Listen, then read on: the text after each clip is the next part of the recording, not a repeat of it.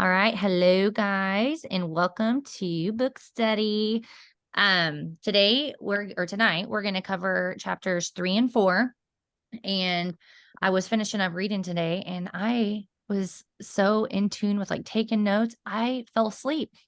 I fell asleep while reading today. That's how it's just been a long, long week, and I can relate to the survival mode and zone so much right now. It's just it's been good to like listen to it and like try to pull myself out of it and get back into that standout zone. But anyway, so I'm gonna jump all in. If you guys want to share, hop in, unmute yourself, share as always. Um, because I did put on the post today, like we want this to be interactive, right? We want it to be more like a devotional small group where we can all just sit down and talk, not just basically recap because we've all read it. Or if you haven't caught up, you're going to read it. And we want to just make it an open platform where we can talk about experiences that you're having in life or some hardships or, some things that you can relate to the book and something that might have happened to you might have happened to someone else, or you might learn from someone else. So always feel free to just be like, hey, I have something to say, because I would truly love for you to unmute yourself and say something. So I'm going to jump right in. And again, just unmute yourself if you have something to say. So we'll start with chapter 3, establishing your key vitality indicators. So I love how she started out this chapter with a story, because I can always relate when someone, tells a story. You can really feel their feelings. I feel like when someone tells a story. And she told the actual experience of her and her husband, how they at the end of the week they have kind of like a wind down movie night, right? And they have 3 rules. They had those 3 rules that it started at 8 o'clock. There was no distractions, no phones, no TV, and no work, right? And whoever's week it was, they had to choose what they were going to watch before, because she had went down the rabbit hole of, we spent mindless hours of just scrolling. We didn't know what to pick. And I could still relate to that. I mean, all of us can probably relate to that, even if you're going out to the movie, right? Or you're trying to figure out what to watch. You're like, what do we watch? And you spend like 30 minutes. And then by the time you started and you're like, this is not even good. Let's just change it again. And then by that time, I'm like, I'm not even going to watch this. I'm just done with watching a movie. Like, we just don't watch very many movies. But if we do watch a show, it's one that we do both like Yellowstone. We both love that show. And so, but I loved how she started that out, and it was her time to choose the show. And she did not choose the show. She was still working. And I love this because she broke those 3 rules, right? That she had promised to her husband and that they both had agreed on. And, sometimes that does happen, but, in a sense, she really let him down. And his response just wrecked me, because his response was, she was trying to say like, no, we're not going to, he knew. He was like, I guess we're not going to watch a movie tonight. Right. And she was like, oh, she tried to play it off, right? Like, oh, let like, you assess me. Let's just do this instead of watching the movie tonight. Well, he caught on. He's like, no, that's not what we've agreed on. Like, I want to sit and hold your hand. I want to sit and have a drink with you maybe. And I just want to watch a show with you. Not, I don't want to do work. Like, and he just kindly said, no, I know you love what you do. It just means I don't always get the best of you. And I thought that was such a great response from her husband, because it probably really did open her eyes. And obviously it did for her to write about it. And in a sense, we've all probably been there before, where, we've made promises to a friend or a spouse or someone, and then we're last minute like canceling it, or last minute we don't feel like going, or we base it a lot on those feels or the mood that we're in. And so I just took some notes here. So the longer you stay in the same cycle, she talked about, this survival mode just becomes the normal mode, right? The more you do that, the more you keep on making those excuses, the more you keep on just making up those things and going back to your old ways, the more you're just going to stay in that mode. So I had a question here, and you guys can feel free to answer it, or just like shake your head or not or whatever. But it said, are the people that deserve the best of you getting the leftover you? And I love how she pointed that out, because that was such a like boom moment, because her husband definitely was getting the leftover of her because she was just trying to finish her work, right? I know I've been here in this season where, or I've been in a season where 8 o'clock when our kids go to bed. Well, they go to bed at like 7:30, but I'm like trying to do work. I'm trying to send out messages. That's some more time for me to work instead of me spending time with him or asking about our day. And truly, he's just kind of getting the leftover me. He's not getting his wife time, right? And so we've had to really set some boundaries now with me being a work at home mom of, I am home this big chunk of the day, and there's nap time where I can work. I can get up before the kids, and him and work. And that nighttime when there's 2, 3 hours before we go to bed, that is our time. That is truly our time, unless we're doing one of these calls. And, of course, if he's busy doing something, then that's a different story, right?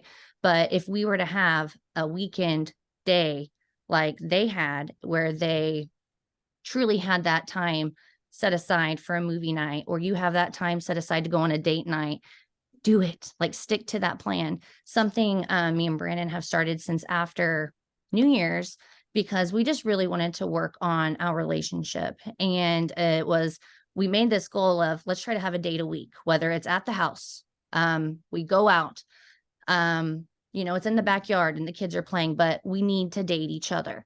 And so every week we've had a date, and we have not strawed from that. It's either been in the backyard having a drink and we're cheersing it while the kids are jumping on the trampoline. Now, it's not like a real intimate date. That one isn't, right? But we have been making it a point to go out and date too. And something that's really fun that we've done that y'all could try if you haven't is he plans a date one week and then I plan the next. So we flip flop.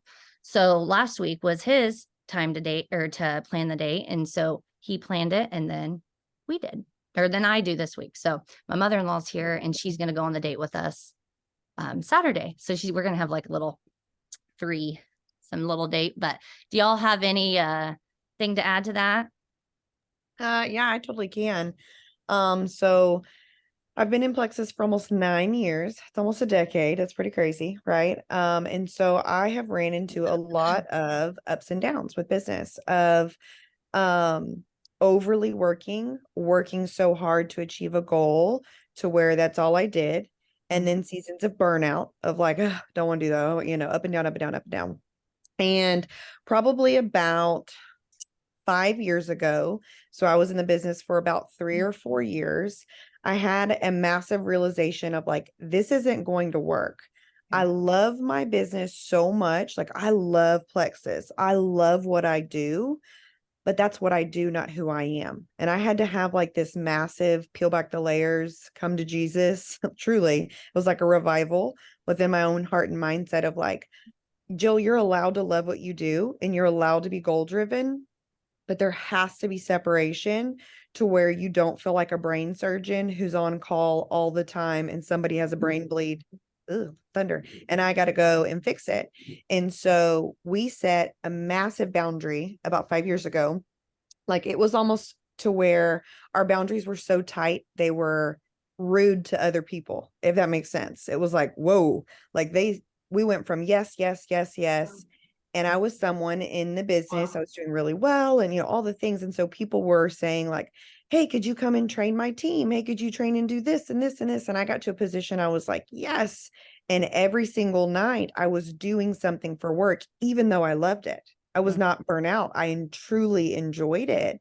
But then I had to look and think like, when do we ever have a movie date? When are we, like, wait, if my husband came to the dinner table with his phone, I would be annoyed. Like, I don't need to go to the dinner table with my phone. Like, had to really set some boundaries. So all that to say, I've been on multiple different extremes and opposites of it. And about 5 years ago, we set big boundaries. And we first started with, so if this is anything anybody needs to, here's an example. This is what we started with, because I couldn't just all of a sudden cold turkey everything, because I love what I do. I love it. And so we started with a non-negotiable. Wednesday nights were our first non-negotiable night. The church we used to go to had Wednesday night service. So we went to church and we went out to eat. I normally cooked all the time. So it was like, we went to church and we went out to eat. No phones, no technology, no work conversation. Like, don't you dare pick it up. Like, if Plexus is on fire, I won't figure it out till Thursday morning. And those were my words. I would say that if Plexus is on fire, it'll burn down and I'll figure it out Thursday morning. Like, that was the way that it went. but we needed that. We needed that conversation. We needed that turn off. I needed to say, hey, it's okay to like not have your phone for like 8 hours. And so, Oh, anyways, we started with that. And then I transitioned to Sunday to be truly a Sabbath day. Like, I don't work on Sundays. Who wants to work on Chick-fil-A's closed on Sundays? Why should I work on Sundays? That's dumb. Like, if Chick-fil-A and Hobby Lobby can close, I can close, you know?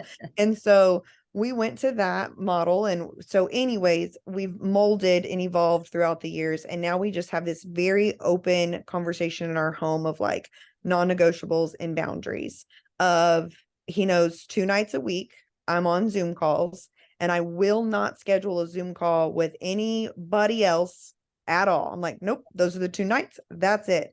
Nope, sorry, can't make it up on the other night. Nope, not happening.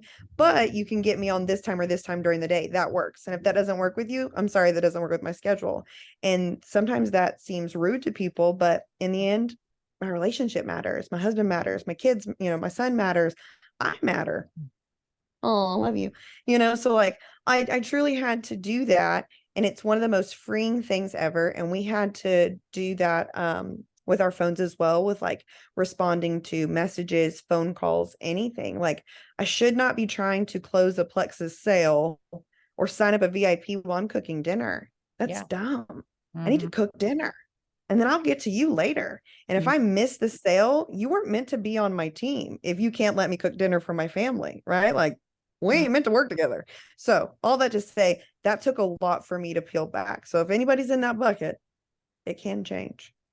Thanks. Yeah. And it's so true. I mean, Jill, she actually helped me kind of come up with a plan around January too, because I was in a burnout stage, and I feel like at some point in all of our lives, we get on that cycle where you almost have to experience it to get yourself out of it and say, no, this has got to change, right? Something's got to change, not only for me, like she said, you got to love yourself, but you've got to change for your spouse, for your family, for your business. And if you truly want that to grow and you want that to improve, you're going to have to change something. Because And if not, you'll resent it and yeah. you'll say things like, I'll never make it. I don't have time. Mhm. This is so much. Well, who's going to promote when they have a mindset like that? Like you Yeah. have to go to work being like, man, I love what I do. Mhm. Like I get to do this. And Yeah. then you're so rested when you go back to it, you're rejuvenated and you're like, all right, let's go. Not, oh God, I got to sit down and message people. Right. And she talked about that too. She talked about, how it is important to take breaks. It's important to go on vacation. And when you go on those things to truly unplug, because if you don't, you're going to get back and you're just going to be right back on that cycle and that hamster wheel of burnout and tired, and that energy of that, that vitality is just going to be back in the same thing it was. So, to keep on going, unless anyone else has something to share, um, on page 49, I shared this in my stories today because it truly, when I was taking notes and underlining, it just really spoke volumes to me because it's something that we can all do to improve this, right? If you are in that survival zone, to get yourself out of that, or to get out of that and to get into that standout zone. So something I loved, it was at the top of 49 if you're reading the book. And I'm just kind of going to read it for you guys. It says, if you've never, okay, blah, blah, blah, blah. Let me skip down in here. Okay. Paying attention to your energy over the course of the week. So this is a good reflection point. Okay. So tracking highs and lows. So throughout the week, set it like if you want to start on Monday, start on Monday and go through Sunday. Or if you just want to do a 2-day thing or 3-day thing, I did it today for myself. You can just do it a day thing, but track some highs and some lows for yourself and what contributes to energy boost and what doesn't. Notice what is happening in your body, in your thinking, and in your emotions. And then with this insight to your thinking, with this insight, you can establish your KVIs, and your KVIs were your key vitality indicators. And so, you can just jot down some highs, like I wrote down working out, time with Jesus, slow mornings with no rush, when I have meals planned, when I'm eating healthier, when I mix up my mocktail and I can sit and drink it, or I can sit and talk about it on my stories. When I take my supplements, when bedtime routine is on time and I can have that time with my husband, all those were some highs, right? That's when my day is like, oh, I crushed this, right? Also, when I've hit my list of send 3 messages to people about the business, post a reel, post, like when you've hit these things that you've wrote down and you've planned ahead of time, you can feel your energy is obviously going to feel better. You're going to feel good about the day. And then some of the lows, like I put, this last week, I've been drained. I've been in this survival mode this last week, and I can feel it, and I'm pulling myself out of it, but it's these red flags that I'm now able to notice to pull myself out of it that I didn't before. But, this last week, this is just me personally, and we all have our own, my kids have been fighting. They've been fussy. I've got a toddler that's getting all 4 molars at the same time. It is hell. He is trying to bite everything. He's throwing everything. He doesn't know how to cope with the pain. So there's that. Sleeping has been non-existent. He's just been crying, which is not like him. We've sleep trained him. He sleeps throughout the night. Great. But it's just been a wreck this last week. They both can get out of their beds now, and they've both been coming into our beds at night. So I'm not sleeping good. It's messing up when I want to work out. So then that's throwing me off, because I truly do feel good when I work out. So it's just erupted our whole routine, and it's throwing me off. So I feel chaotic. I feel stressed. I feel anxiety. It's just all these things. It just feels like this last week have led up to this. And it's just like, the weather affects me as well. And so I can feel myself. It's like, okay, these are some lows. Now, what are you going to do to get out of this? It's kind of like back in January when I was kind of going through some burnout. I was going through, some things. It's like, I'm in that survival mode. I'm doing the things. I'm drained. I'm tired, but I'm doing them. Right. But that was my energy. I was doing all those things, but I was doing them tiredly. I was doing them half-ass, basically, because I was tired. And to get them back, get out of that and get to that standout zone. It might take a little time. It might take you saying no, like Jill said, but you just got to slowly recognize those red flags and push forward and try to get those boundaries set and keep on pushing. Anyone else feel like they're in survival mode right now or zone? I know I've talked to some other people right now, but yes. My mouth is super dry tonight. I'm sorry, guys. I'm like, I don't know what it is. Anyway. Did you say to just, sorry? Do what? If we wanted to comment to just unmute it. I'm sorry, I'm so awkward. Yeah, hop in. Yeah, feel free to share So, whatever. I don't know if any of y'all noticed, like, I kind of stepped back from like posting and like being plugged in with all the meetings and things like that. After the retreat, I was just like running off that momentum, and like, but then it got to the point at the beginning of April, I just felt like, I was like, oh my goodness, like something's got to give.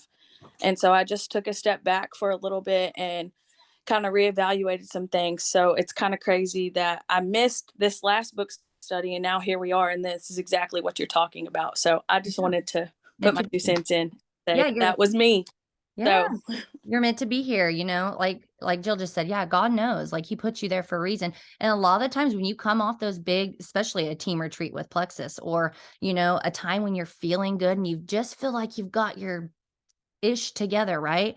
That's when the devil hits. That's when things just start flying at you, right? And it's up to us and those key indicators. We've got to start recognizing them, and we've got to start pulling ourselves out of them. And I can't wait for the next couple of chapters, because she's going to give examples. I kind of looked ahead, but she's going to, give some great examples. I have a feeling to, on what you can do to get out of that survival mode, and to, even changing your thinking to getting it, changing it to make it different. Okay. I'm going to keep going. Okay. Anyone else just like underline and write notes and underline and write notes? Like I am so glad I got this book and not, I usually do the Audible, but for me, having the book is so much better, and I'm grasping it in such a different level, and it's just the right time for me to obviously need this book. But okay. So she talks about steps, right? To steps that you can reflect on in your standout zone. So like step number 1, reflect on you when you're in the standout zone, think about your highs, think about your lows, identify and organize your standout zone descriptors, which I loved. So in the book, she had like mental energy, emotional energy, and physical energy. And she had a whole bunch of descriptive words after it. And I almost could recognize I could relate to all of those in the standout zone. You feel, mentally, you feel focused when you're doing good, right? You feel productive, you feel decisive. Emotionally wise, you feel positive, you feel eager, right? You feel compassionate, you feel confident. And then physically, you feel rested, you feel strong, you feel healthy, you feel relaxed, you feel peppy, right? And then you think about, those descriptors. And then I literally circled one of them in each of them. I pinpointed one. It says select your standout zone KVIs. And that's kind of what she wanted you to do. Like pick a word or pick 2 words that, really can, put a word to what you're thinking when you're in those things. So work related, I kind of did this plexus wise. So for my mental KVI, she had put focus. I put productive. When I'm at a high, or like when things are doing good and I'm in that standout zone, I'm productive. So when I'm productive, I work harder and not smarter, right? I'm focused. I work harder and I work smarter. So I loved that one. Emotionally, when I'm in that standout zone, I'm motivated and I can motivate others. So when I'm motivated, I tend to help others and I feel more empowered. So then therefore they can feel more empowered. When I'm in the standout zone and for a physical level of the KVI, I feel rested, right? When I'm rested, I can do all areas of life better, sincere, and on a level head. So those were kind of like the 3 that really stood out to me. And at the time right now in my life, I'm like, those 3 are what I need to get to right now. Like I'm on my way. Like tomorrow I have a feeling I'm like, it's going to be a great Friday. I'm going to be back in that standout zone. I'm going to be doing the things. And that's just the mindset, you've got to have. You just got to be like, okay, yesterday was basically, pardon my language, a shit show. So tomorrow you just got to change that and just be like, okay, tomorrow I'm going to own that day. It's going to be a good day. I'm going to make a list. I'm going to prepare the night before. You start claiming these great things and they will happen. So, and then she goes on, and I loved how she talked about establishing red flags. So the same thing. So to establish your red flags, you can do the exact same thing you do when you were talking about the standout zone. So reflect on how your feelings are in the survival zone, right? Are you running on fumes? Are you chaotic? Are you exhausted? Are you overwhelmed? Are you stressed? Right. And I love how she had questions even. How would you describe feeling mentally, emotionally, and physically when you're in the survival mode? And I even put, I feel exhausted. I feel overwhelmed. I feel stressed. I feel like it's just one more thing, to do. Right. I just can't possibly do it. And then I'm obviously not giving myself or others around me the best of me or myself. Right. I'm stressed with my husband. I'm eating all the food in the pantry, it's just all the things. I love this question. What types of thoughts do you have, perspectives do you take, and behaviors and reactions do you exhibit when faced with difficult or stressful situations? So are you negative? Do they seem big or even out of reach, but really they're not, right? And then what are some potential differences in your answers when you reflect on your personal life outside of work, right? It's very, I put on here, it's very hot or cold for me. It's not intentional. I'm short-tempered, and along those lines. Anyone else have anything else to share there? I know I'm kind of rambling. I'm trying to read all my scratch marks that I took notes on. Okay. So, on page 53, building your KVIs into your day. So this is just another thing that you can do, even if you're applying it this week. She put on here, begin by checking in with yourself before the start of your work day, once throughout the day, and when you are shifting from work to home. And I love this because this is something that Jill kind of taught me to do when I was definitely in that burnout zone and I was in that survival zone. And it was, you know, the night before, and it's something that I've been doing to a T, and it's helped so much just with feeling accomplished and in that standout zone the next day. And I haven't done it the last 3 days, and you can tell. You can tell. So, you know, that night before I go through and I write down what I need to get done for the week or that next day, I mean. So literally down to every little detail, right?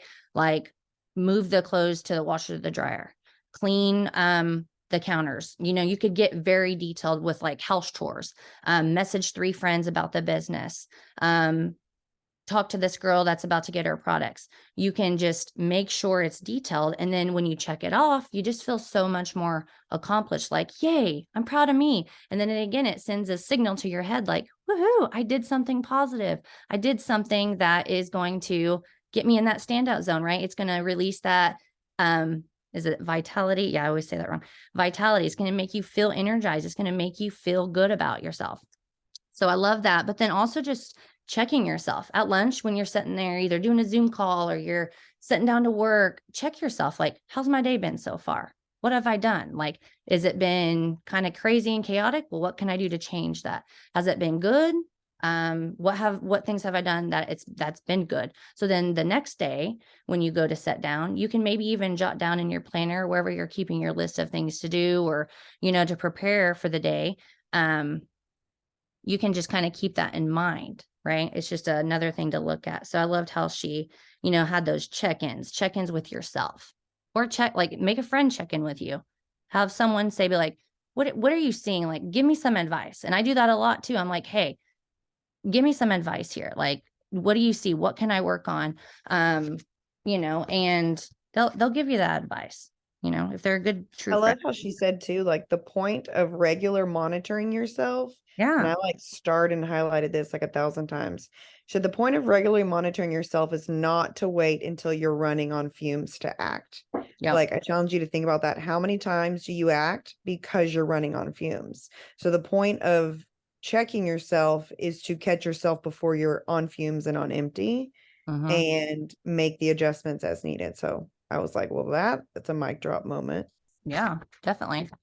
One thing I like circled, and she said on here, one more clarification. This isn't a test you pass or fail.